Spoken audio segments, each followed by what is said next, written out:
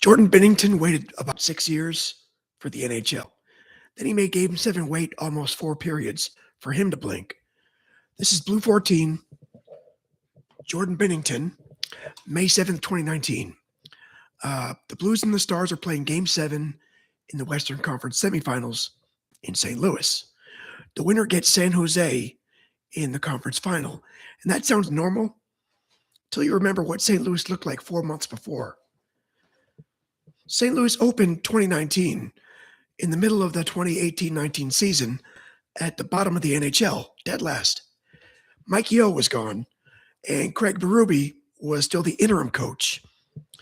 Binnington was a 25-year-old minor league goalie who just made one NHL relief appearance 3 years before. He got his first start on January 7th, shut out Philadelphia, and never gave the net back. So Binnington finished 24, 5-1 with a 1.89 goals against average and a 927 save percentage. The Blues finished 45, 28-9, 99 points, beat Winnipeg in 6, and entered this round as the team nobody wanted. Dallas wasn't a small obstacle either. The Bens had Ben Bishop standing on his head. They had a solid defensive structure and skill enough to punish mistakes. They beat Nashville in 6, then won 3 of 4 against St. Louis during the regular season. The Blues led this series 2-1. Then they lost 2 straight, won Game 6 in Dallas 4-1. Now it's down to 1 game, home ice, an impossible season with one more locked door in front of it. So when did you actually believe in this team? Was it the 11-game streak? Was it Winnipeg? Or were you still waiting for it to vanish right here? Jordan Binnington was born July 11th, 1993 in Richmond Hill, Ontario. He joined the Owen Sound attack at 16. Quickly, he looked like a real prospect. Technically sharp. He was technically sharp, and he moved well, and he carried himself like he'd already decided he belonged. Owen Sound won the OHL Championship 2011. And afterward, Binnington mimed putting a wrestling championship belt around his waist. And that's him in one little image. Calm face, maximum belief. Maybe a little extra spice so everybody saw him. The Blues drafted him 88th overall that summer. Later, he won OHL Goaltender of the Year, and the path looked pretty clean. But it wasn't.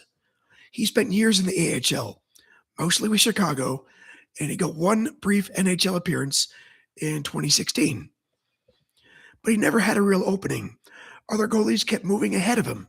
In 2017, when the organization wanted to send him to the ECHL, Binnington refused. That could have ended badly.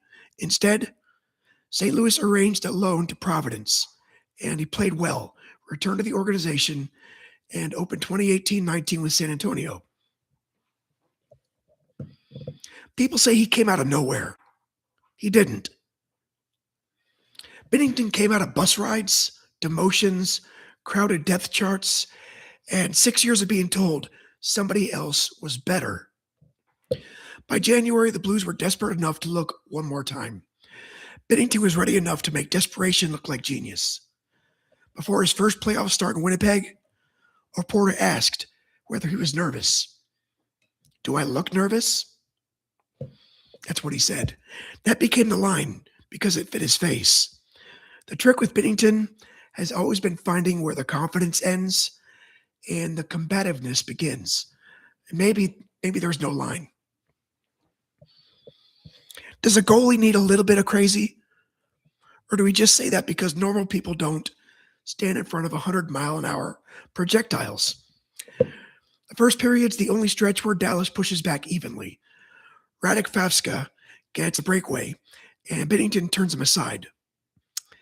As the night gets older, that save matters more, because St. Louis is about to spend most of the game attacking while Dallas waits for one counterpunch. At 13:30, Robert Thomas finds Vince Dunn at the left point. Dunn's wrist shot clips Bishop's right shoulder, goes in. It's Dunn's first career playoff goal, and the building exhales for 2 minutes and 25 seconds. David Perron tries to move the puck behind the Blues net. That hits the referee, Mark Jonette. It kicks into the slot, and Matt Zuccarello beats Binnington off the post before Binnington can recover. So it's 1-1. And that's where Jordan Binnington takes over. Except he doesn't. Ben Bishop takes over. Because the Blues outshoot Dallas, get this, 31-4. 31-4 over the second and third periods in Game 7. So think about that. For 40 minutes, the Stars put 4 shots on goal. St. Louis keeps cycling, shooting, retrieving, coming again. Peppering Bishop. Bishop stops everything. By the end of regulation, it feels like the Blues are dominating. It also feels like they might be walking into the cruelest loss possible. So what's worse as a fan? Is it getting outplayed and then losing clean, or owning the night while the other goalie slowly steals your season? Do you guys see a cat? The first overtime changes nothing. St. Louis attacks, Bishop survives. Binnington stands at the other end, trying not to get cold or stupid. That's the weird assignment. He's not being shelled. He's being asked to stay switched on while his teammates live 180 feet up the ice. 1 minute, one mistake changes everything. Early in the second OT, Dallas nearly finds it. Colton Perrieko's clearing attempt stays in danger. Jamie Benton comes around the net, and Binnington seals the left post on the wraparound. That's the save. Not the busiest or the flashiest. That's the save that keeps the Blues alive long enough to become, eventually, immortal. At 5:50, Tyler Bozak wins an offensive zone draw. Pat Maroon nudges the puck to Thomas. Thomas cuts around John Klingberg and shoots from low in the right circle. The puck hits the post, catches Bishop's mask, and drops into the crease. Maroon standing there, and St. Louis native pokes home the greatest goal of his life. The building erupts, it detonates, and the Blues win 2-1 double OT. Bishop made 52 saves, Binnington made 29. And St. Louis finished with a 54-30 shot advantage. None of those numbers explain the last 5 seconds. And Binnington admitted the game was fun for the first 4 periods. Then he started getting tired. He explained the actual challenge. With the puck living in the Dallas end, he had to stay patient, composed, and trust his team. Berube praised the Blues for never quitting. Dallas coach Jim Montgomery didn't hide from it either. He said St. Louis was the better team in Game 6 and 7. Dallas nearly escaped only because Bishop was so good. This wasn't a coin flip game that bounced off a mask. The ending was lucky. The result wasn't. Maroon called it a greasy goal and talked about dreaming of moments like this as a kid. Thomas said it fit the season. Whenever the Blues had their backs against the wall, they found another way through. That's the 2019 Blues. They didn't remove the wall. They kept running into it until it broke open. St. Louis drew San Jose next and lost 2 of the first 3. Then they won 3 straight, including Binnington's shutout in Game 5 to reach the Stanley Cup final for the first time in 49 years. Of course, Boston pushed that to another Game 7. Nothing's going to be easy about this season. Binnington stopped 32 of 33, and he was spectacular in the first period. The Blues built a lead. St. Louis won 4-1. The franchise had its first ever Stanley Cup. And Binnington started every playoff game and earned 16 wins. That's an NHL rookie record that'll never be passed. Ryan O'Reilly won the Conn Smythe, and he deserved it. But none of it happens without the goalie who spent most of the decade waiting for someone to finally admit he was right about himself. Binnington didn't become a permanently dominant regular season goalie. His career got a little messier.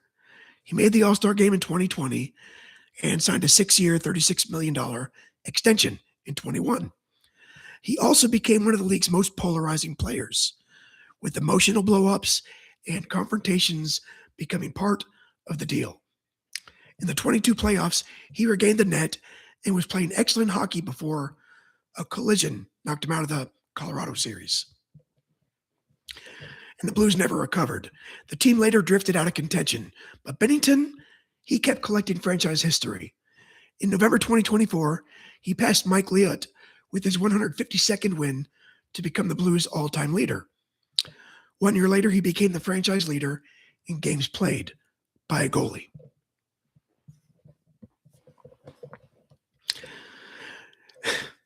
Then came another reminder that his best version appears when the lights get bright. In February 2025, he made 31 saves, including 6 in overtime, as Canada beat the U.S. in the Four Nations face-off title. 2 months later, he made 43 saves in a Game 7 against Winnipeg. The Blues led by 2 with under 2 minutes left. Then they allowed the tying goal with 2.2 seconds remaining. They went on to lose in double overtime. Same goalie, same stage, completely different ending.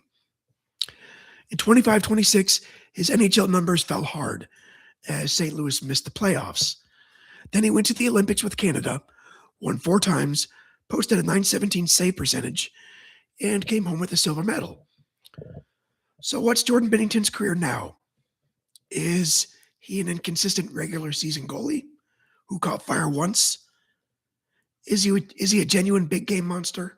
Or can both things be true without canceling each other out? I think they can. A goalie's body language, it's part performance. He can't let the shooter see doubt. He also can't let the bench see it. Binnington's blank expression wasn't proof that he felt nothing. It was a message. Whatever's happening in here, you people aren't getting access. So that's why, do I look nervous? That's why that worked. Really wasn't an answer. Next, we're leaving the crease and entering a 12-minute electrical fire.